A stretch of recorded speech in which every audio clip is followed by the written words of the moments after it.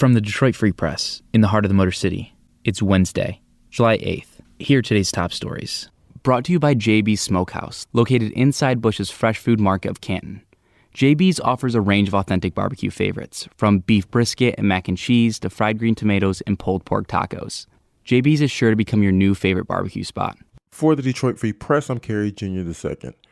Michigan's health department reports 454 new cases of the coronavirus and 30 new deaths. 20 deaths were identified through a review of death certificates, and in total, there are over 66,000 cases and just over 6,000 deaths statewide. State officials are unsatisfied with Education Secretary Betsy DeVos's plan to distribute pandemic relief funds to schools, and they're not alone. Governor Gretchen Whitmer and Attorney General Dana Nessel announced Tuesday Michigan joined 4 states and the District of Columbia in a lawsuit against DeVos. The suit is saying DeVos's rule would give funds intended for public schools to private schools. Resources that Congress intended to be allocated based on low-income student enrollment, which is typically much higher in public schools, could instead be redirected to much more affluent public schools because of Secretary DeVos's actions. That's Attorney General Dana Nessel. She says California, Maine, New Mexico, and Wisconsin are the other states in the suit. Nessel says the group would ask a court in Northern California to issue an injunction against DeVos's rule to keep the Department of Education from enforcing it. DeVos's rule would allocate $21.6 million to private schools. Whitmer and Nessel argue the CARES Act gives private schools about $5.1 million. According to the Michigan Superintendent of Public Instruction, DeVos's rule uses a different formula than the law requires to give more funds to private schools.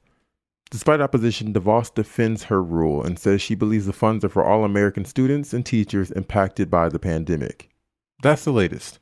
For more information on COVID-19 in Michigan, visit www.freep.com. For the Detroit Free Press, I'm Kristen Seamus. Medicine shouldn't be political, says Dr. Stephen Kalkanis, the Chief Medical Officer at Henry Ford Health System. But it has become just that in the era of COVID-19. Especially when it comes to hydroxychloroquine, a drug that's commonly used to treat autoimmune disorders and malaria.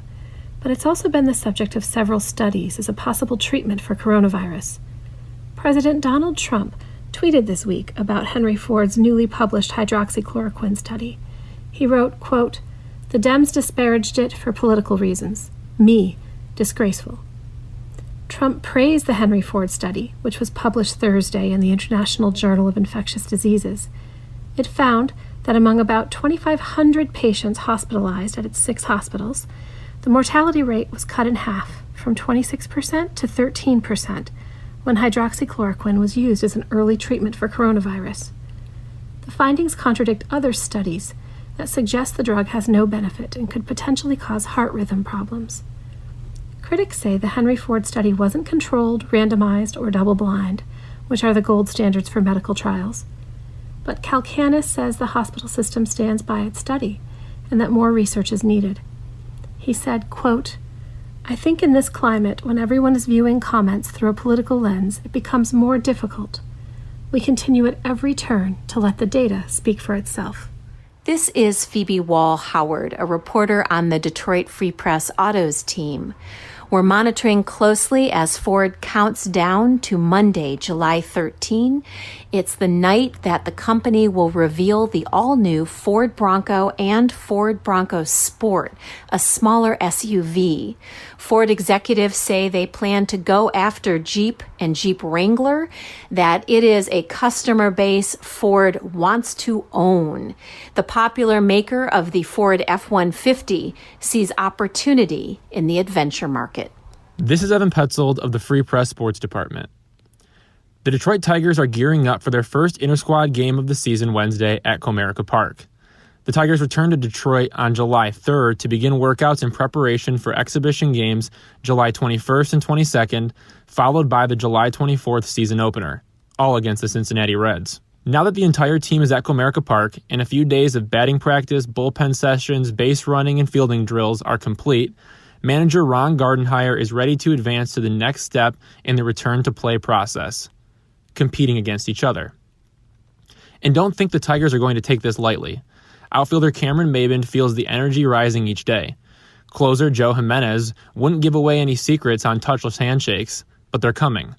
Catcher Austin Romine wants to further his role as the veteran presence the organization wants him to be. First baseman C.J. Cron just wants realistic game scenarios. Everyone is already starving for a fresh perspective, and that's what they'll get Wednesday. The details surrounding these inter-squad games remain to be seen, but Gardenhire has Wednesday's lineup written out. He didn't share how teams would be split, although it's clear fundamentals are going to be an early focus before gradually allowing teams to get loose over the course of the next 2 weeks. After 4 months of sitting at home, training solo, and falling out of the usual routine baseball provides, players and coaches are prepared to do a little friendly trash talking, utilize nonverbal signals, and finally get their creativity going. For more stories from the Detroit Free Press, be sure to check out freep.com. That's FREEP.com. If you're a fan and want to support our quality local journalism, subscribe. Go to freep.com/special offer.